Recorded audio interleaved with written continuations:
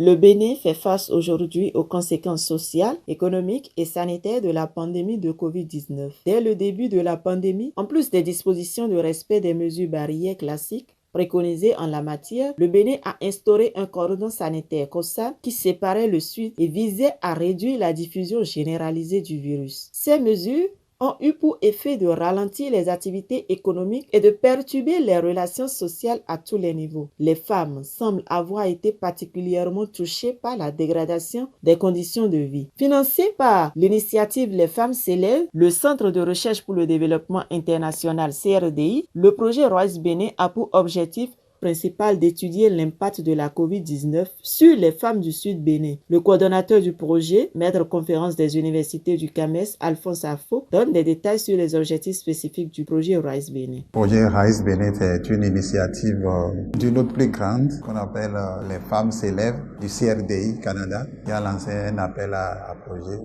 L'université d'Abomey-Calavi, à travers ses chercheurs, a postulé et a été adjudicataire de ce projet. Vous savez, lorsque la Covid est intervenue, on a remarqué que cette maladie a touché d'abord le sud avant de s'étendre progressivement à l'intérieur du pays. Donc, pour réduire un peu la vitesse de propagation, les autorités publiques ont mis en place un certain nombre de mesures, dont un cordon sanitaire et des mesures barrières. Donc, tout ça là a influencé d'une certaine manière le quotidien, la vie économique, sociale, éducative, n'est-ce pas, des hommes et des femmes. Mais c'est la situation des femmes qui nous préoccupe en premier. Spécifiquement, nous voulons étudier la situation des femmes à l'intérieur du cordon sanitaire qui a été mis en place pendant quelques mois lorsque la Covid est intervenue. Et pour étudier l'impact, il y a plusieurs possibilités. Celle que nous avons retenue, c'est de diviser un peu le pays en deux zones. La zone de l'intérieur du cordon sanitaire et celle en dehors du cordon sanitaire qu'on appelle zone témoin. L'ensemble des départements des collines est la zone témoin. Donc, le projet, ce que nous allons étudier, c'est véritablement à l'intérieur du cordon sanitaire, mais nous allons comparer cela au département des collines comme zone témoin. Débuté depuis octobre 2022 et pour une durée de 2 ans, plusieurs activités ont été réalisées à ce jour sur le projet Royce Bénin pour l'atteinte des objectifs. Le professeur Alphonse Afo, coordonnateur du projet, explique. Au commencement, nous avons établi un plan de route. Dans un premier temps, nous avons recruté le personnel du projet, l'équipe de coordination, le coordonnateur, l'assistant financier. Nous avons lancé un recrutement de façon régulière pour recruter un assistant chargé de communication, chargé de suivi et évaluation, chargé des ressources humaines. Et comme le projet a pour ambition de renforcer les capacités en matière de recherche féminine, nous avons octroyé 6 bourses à des étudiants en master et en thèse au Bénin et au Canada. Nous avons lancé de façon régulière aussi ces recrutements qui ont été bouclés totalement courant janvier. Il faut remarquer aussi, pour les 6 personnes qui ont été recrutées, 4 sont de sexe féminin. Les femmes sont prépondérantes dans les recrutements. Au niveau scientifique, nous avons procédé à l'exploitation d'une base de données qu'on appelle CIDOFE. C'est une base de données de routine sur les questions de violence faites aux femmes.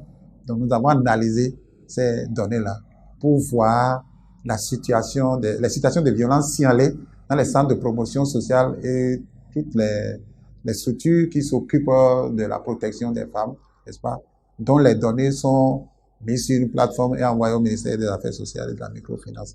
Nous avons étudié la situation avant Covid, celle d'après Covid, et nous nous sommes rendus compte que du point de vue des données de routine, lors de l'avènement de la Covid, il y a eu plus de cas de violence signalés. Nous avons aussi procédé à une enquête exploratoire pour examiner un peu les institutions communautaires qui s'occupent de la protection des femmes en général au sud du Bénin. Donc c'est une enquête qualitative exploratoire qui a été réalisée dans la zone du cordon sanitaire au sud du Bénin. Ce sont les responsables des femmes de marché, les responsables des institutions financières, au niveau communautaire surtout, et les responsables des mairies aussi, que nous avons interrogés pour voir un peu tout ce qui s'est passé pendant l'avènement de la Covid. On s'est rendu compte que les situations de violence faisaient partie des caractéristiques des femmes. Donc c'est pas la Covid qui a créé les violences d'après ce qu'on nous a dit.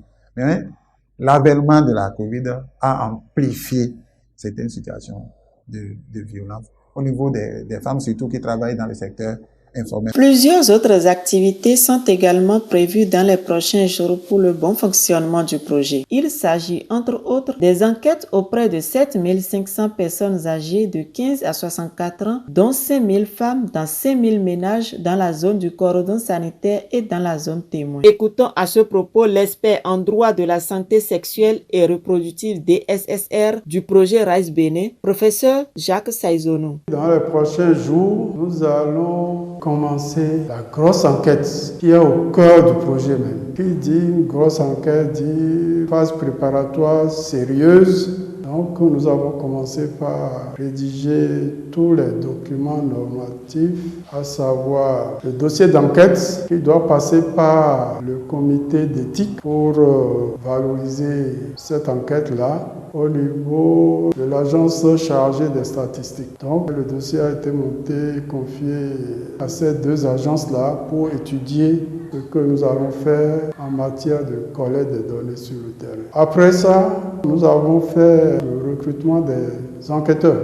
Nous avons fait un appel à candidature, nous avons reçu assez de candidats, nous avons procédé à leur sélection à la première phase. Il reste la deuxième phase pour retenir définitivement les enquêteurs qui iront sur le terrain. Donc après cela, nous allons commencer l'enquête de terrain. À la suite des différentes enquêtes, des actions seront déployées en partenariat avec l'organisation non gouvernementale ONG Aludif, sélectionnée par le projet RISE Bénin pour la dissémination des résultats issus des enquêtes. Quand tout cela aura été fait, nous allons procéder à la dissémination. Il y a une partie des données qui sera extraite et mise à la disposition d'une ONG qui nous accompagne, qu'on appelle Aludif. Cette ONG va se charger de restituer et de sensibiliser les populations par rapport aux données que nous aurons recueillies. Et nous, en tant que chercheurs, nous allons utiliser les données aussi pour les conférences, aller présenter les données à travers les colloques ici et à l'extérieur du Bénin. Nous allons écrire aussi des articles, nous parlons de manuscrits que nous allons soumettre à des revues à haut impact pour, n'est-ce pas, permettre qu'au niveau international, dans le monde scientifique, les gens puissent savoir ce qui est fait au Bénin par rapport à la Covid. D'un montant global d'$1 million canadiens, soit 440 662 416 francs CFA, le projet prend rigoureusement fin le 30 septembre 2024.